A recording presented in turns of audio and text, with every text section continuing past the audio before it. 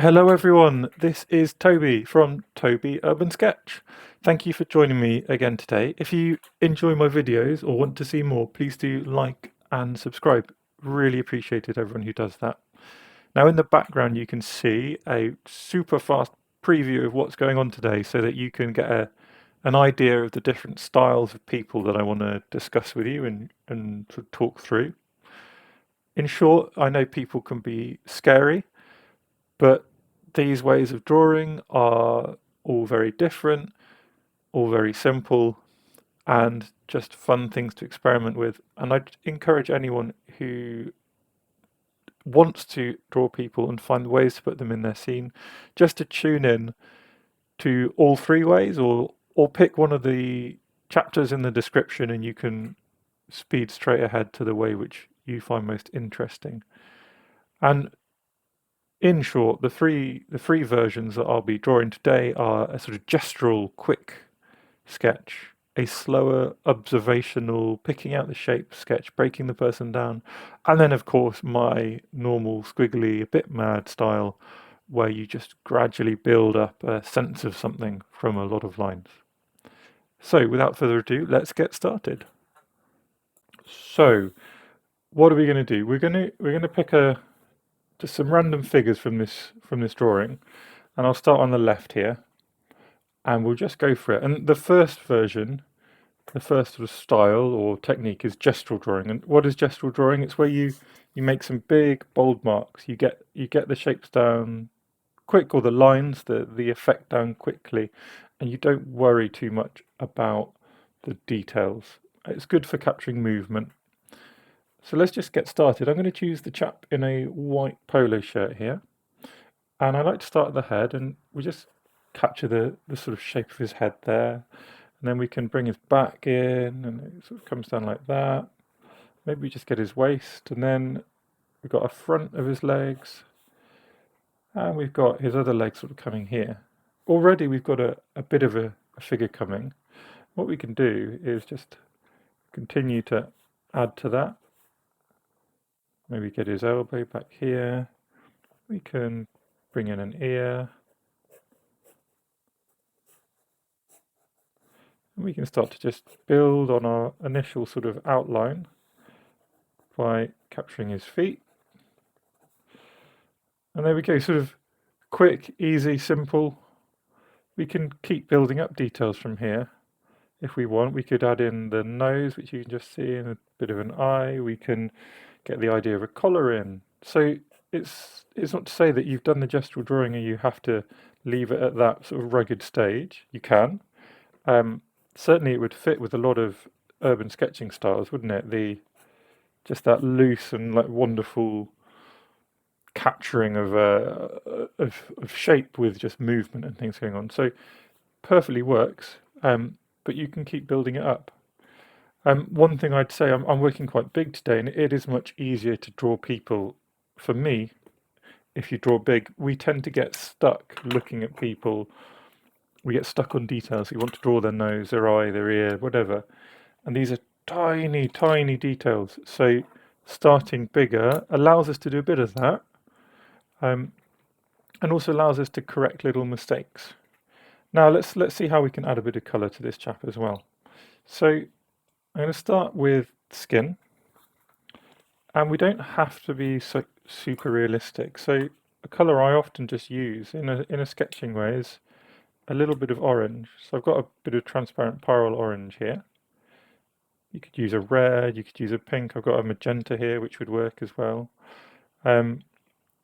Typical other colours you might use yellow ochre, or often mixing with a little bit of white. I'm going to just make that a bit more intense, and just popping that on skin really just gives the eye an awareness that this is what we're looking at. And then we can pop his jeans on.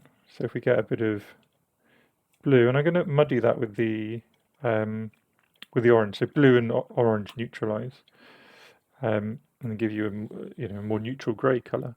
And that's, jeans tend to be that kind of slightly weathered look, don't they? Certainly his veering onto the side of white almost. So let's just get a loose wash in, and I'm doing these washes very similar to the pen work in that I am just making them loose and sketchy. Now I've got a bit of a dark mix here, which is left over in my palette. The thing I normally use would be a bit of Van Dyke blue and Indanthrone, which actually I'm going to mix just to get myself a bit more. And I'm going to use this for some shadows, because his shirt's white, but it's not white, is it? It's covered in shadows, and those shadows really show the lines of the body. They're quite important to get in. We can just come under the collar as well. And if we wanted, we could come back and do some more shadows. But that just gets the idea of being a 3D shape, just picking out a few key shadows. Now the other thing about shadows is it's really important to ground people. So simply doing this, just popping a little bit of a shadow under someone's foot, just like magic, they're in a space, they're not just sort of floating. Having done the shadows, you can see that his jeans are suddenly not quite popping out like perhaps we want them to, and we can add a bit more blue mixed with that shadow colour and create some shadows on the jeans themselves. And perhaps we go, you know what, his hair's got, it's grey, but you know, it's got, again, shadows and variations in colour. So let's just get some subtle texture on there. And then, of course, his shoes are a dark colour. We'll just mix out a really dark Indanthrone and Van Dyke, and we can just pop that on. And we could even then, you know, go back and use that really dark colour to accentuate a few shadows perhaps, or not, depends what you're feeling.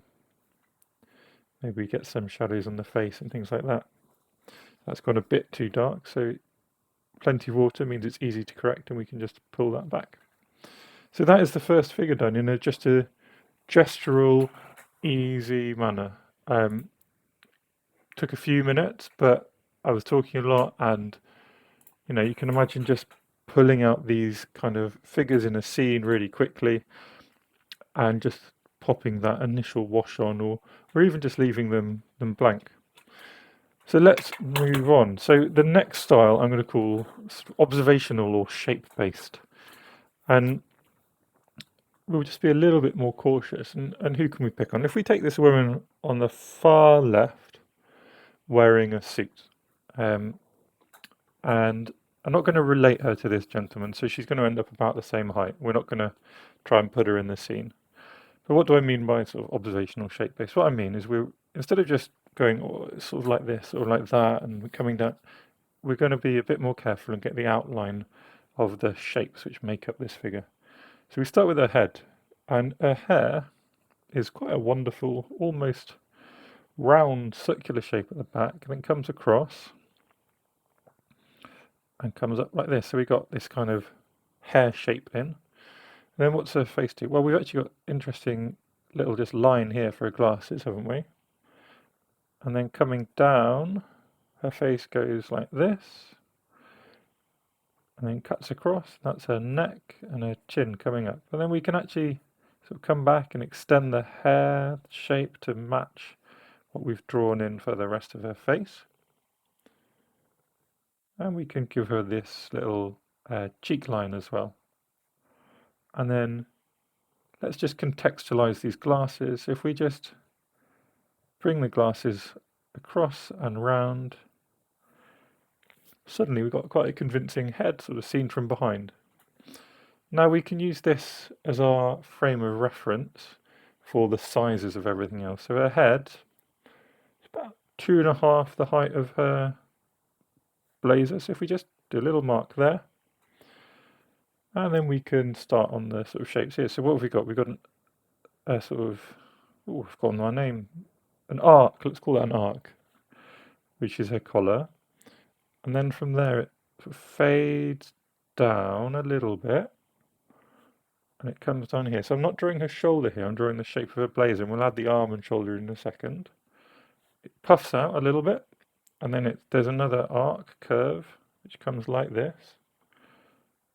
And then the bottom of her blazer has a curve to it as well. And now we've joined those up, we can sort of solidify the outline. Then what's happening over this side? Let's just check. So we've got a sort of matching but slightly longer curve to this shoulder. And it ruffles down. And then her arm's in the way here. So let's just jump. And then we can bring this out. And that's what the front of her jacket is doing.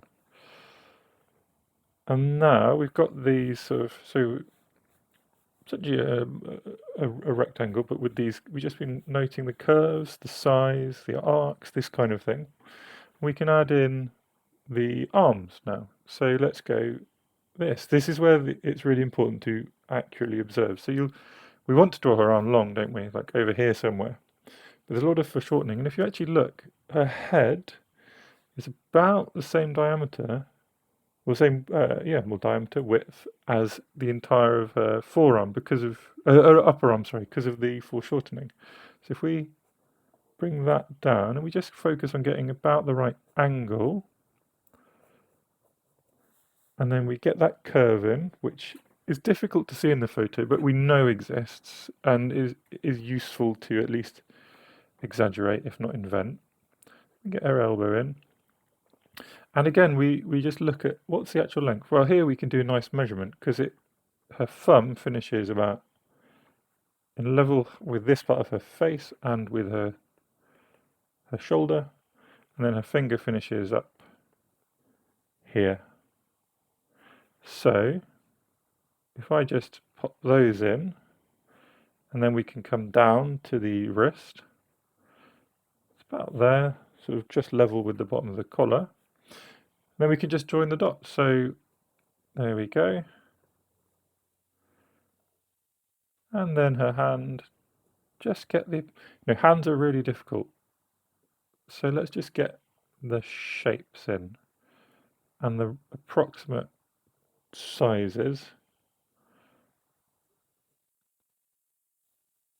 And not focus too much on the details. And maybe you can't see the fingers, but maybe you want to add just a couple of like suggestions of other fingers so that it doesn't look like we've just forgotten to draw them. And look, this needs to come out a bit more when we look. It looks a bit skinny. And there's another, this needs to come out as well. So we can just edit things a little bit until we get it looking a bit more right. And then now that we've done that, we can make everything a bit bolder to match the head until we get round to the other arm. And this one's in a way a bit simpler to do because we're just matching some lines up with the back of her jumper blazer. And then we get down to the wrist about here. And this time the hand's just kind of a cube. And she's holding some bags. So let's get the rest of her in, then we can put the bags in. So where's her leg? It's level with the front of her face. And it's about 2 heads. This front-facing leg is about 2 heads. So 1, 2 in height.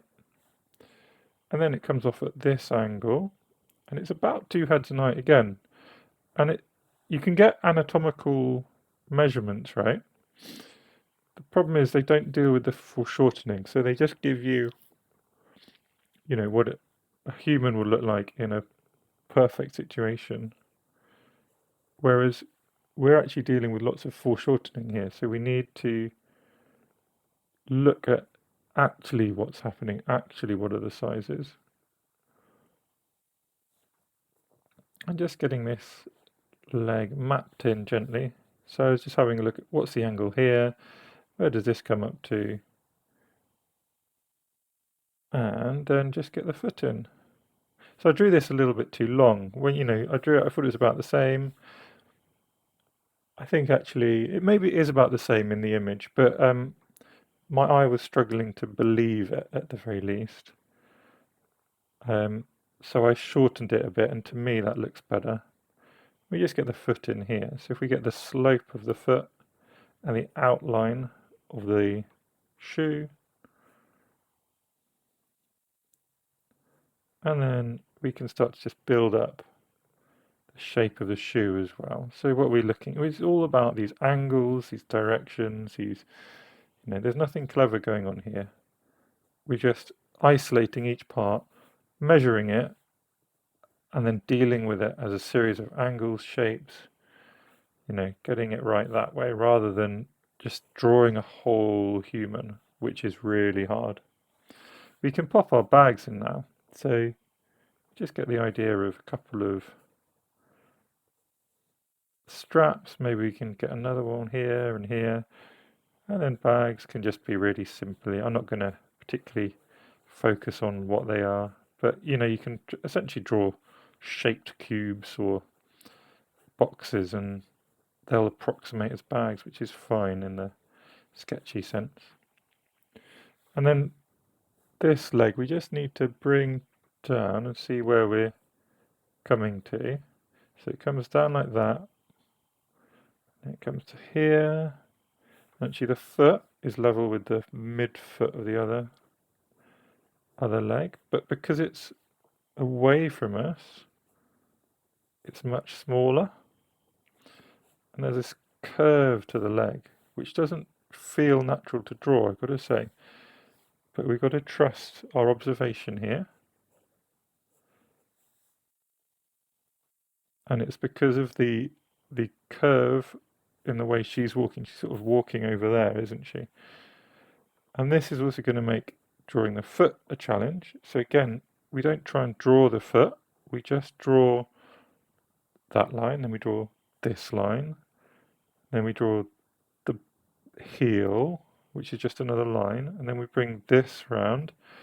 And you see, suddenly, without having to think about the foreshortening, just by drawing the lines we see, this weird angle has worked out, and this foot looks like it's curving away, which is what it's doing in the photo. And we can add a couple of details. You can't see it on the photo, but if you want, you could go, well, it's going to have a pocket here, isn't she?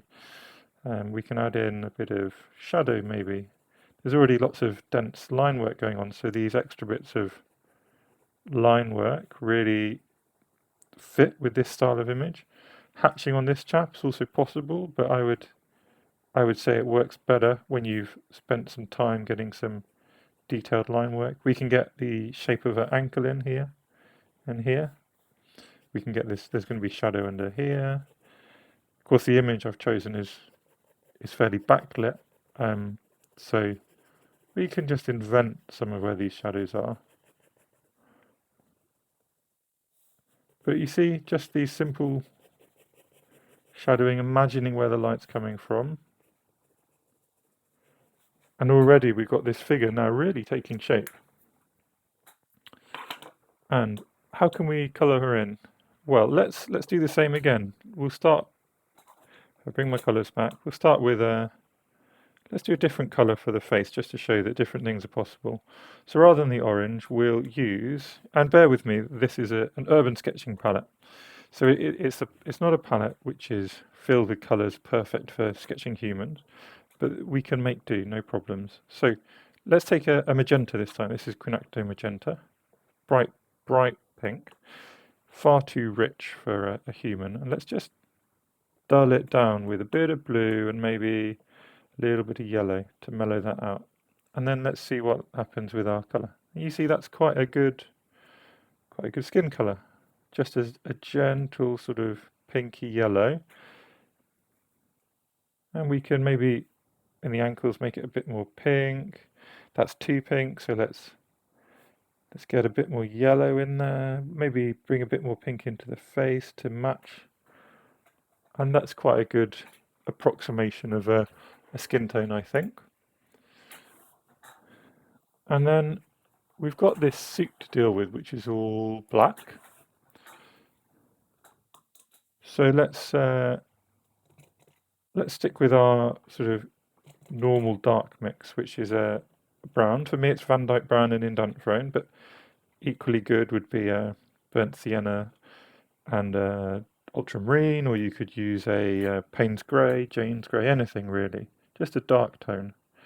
And we'll start with just a nice wash, quite watery. And let's see where the real light is. It's at the back, isn't it? Back of her back.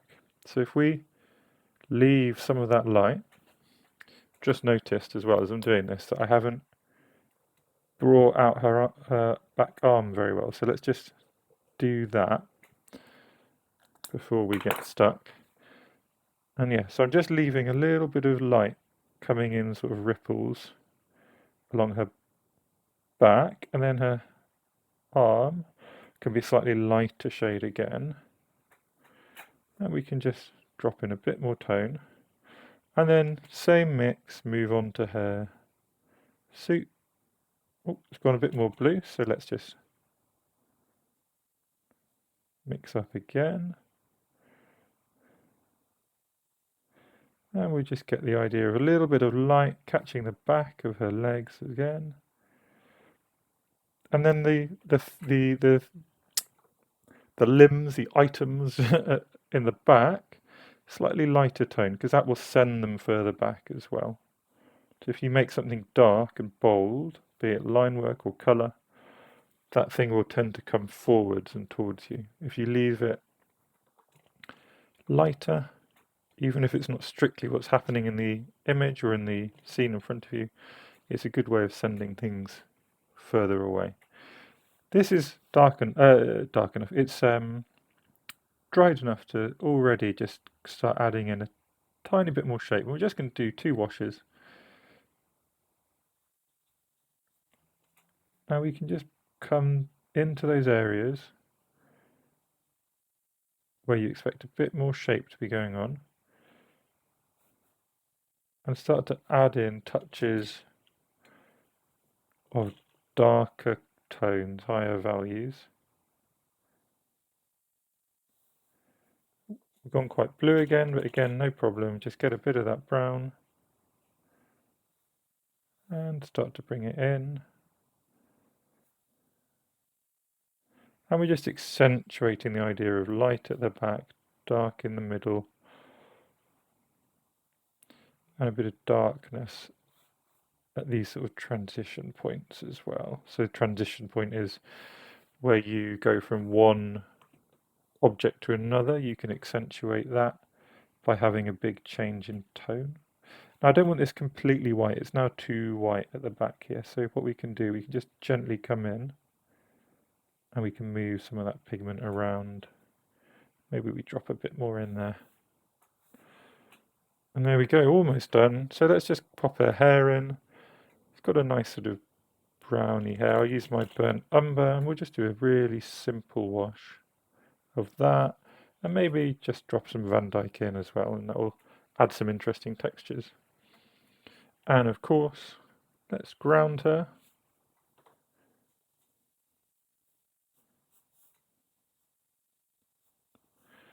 And there she is in space, and maybe we want to add in some pops of colour.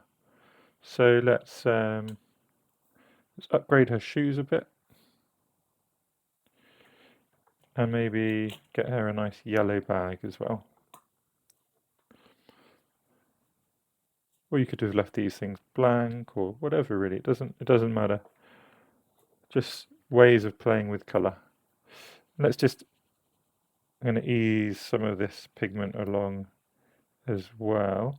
Actually, just get some of that yellow mixed in. It gives a nice glow, and the idea of a reflection off the back of her suit from her now bright bag as well, which is quite interesting.